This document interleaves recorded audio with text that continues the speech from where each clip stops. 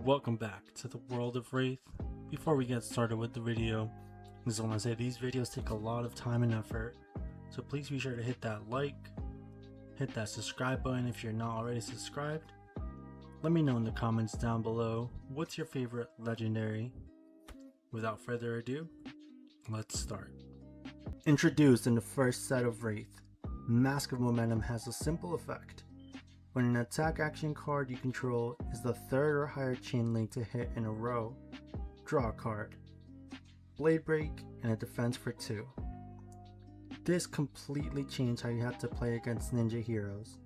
The threat of your opponent drawing an extra card often led to weird or insufficient blocks to deny the Mask of Momentum trigger, and often your opponent would have to think about reactions that could push the on hit with cards like Breaking Scale, Ancestral Empowerment, or maybe even Racer Reflex.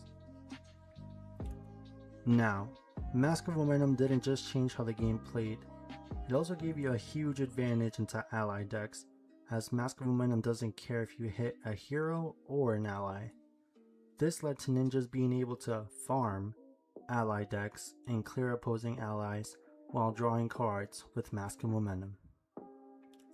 In Everfest, we saw introduction of Mask of the Pouncing links. This eventually became the preferred headpiece of choice for ninjas, as they would get the full value of their headpiece by landing one attack action hit and destroying Mask of the Pouncing links for a strong pop-off turn.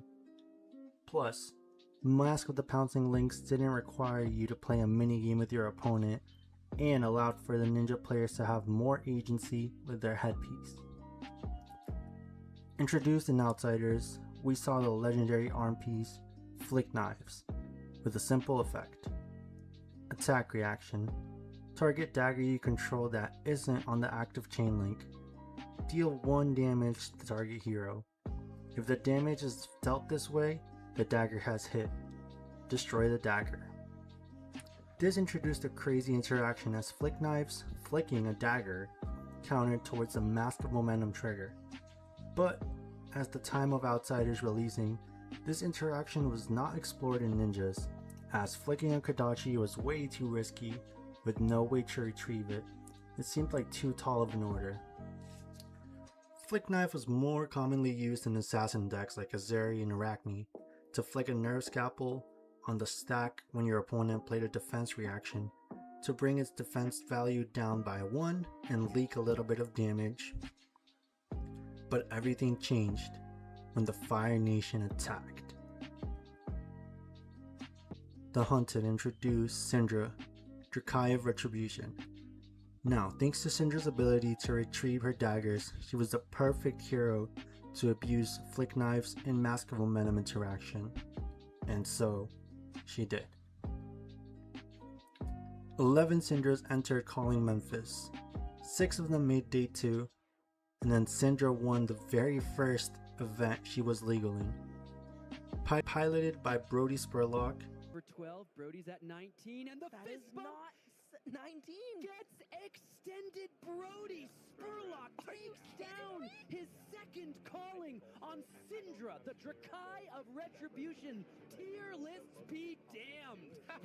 And then, the very day after, getting second at the Battle Hardened, losing only to Kevin Murphy on Prism.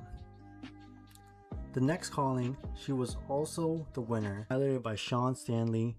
Syndra seemed like an unstoppable force when she was released. His ability to pump out damage is... This could be it. The Blaze Headlong coming in. This is representing lethal with the Flick Knives, and that's it! But, as players learned to block her out correctly and found ways to deal with her flicking her daggers with cards like Shelter from the Storm, Calming Breeze, she became easier to deal with. But, as powerful heroes like Viserai and Aurora left the format and ascended to Living Legends, Syndra became the premier aggro deck.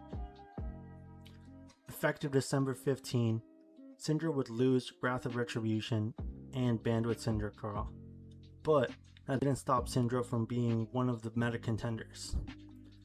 Philip Mikolashki took down the battle-hardened Gdansk and Syndra was the 5th most winning heroes during the recent Road to National events.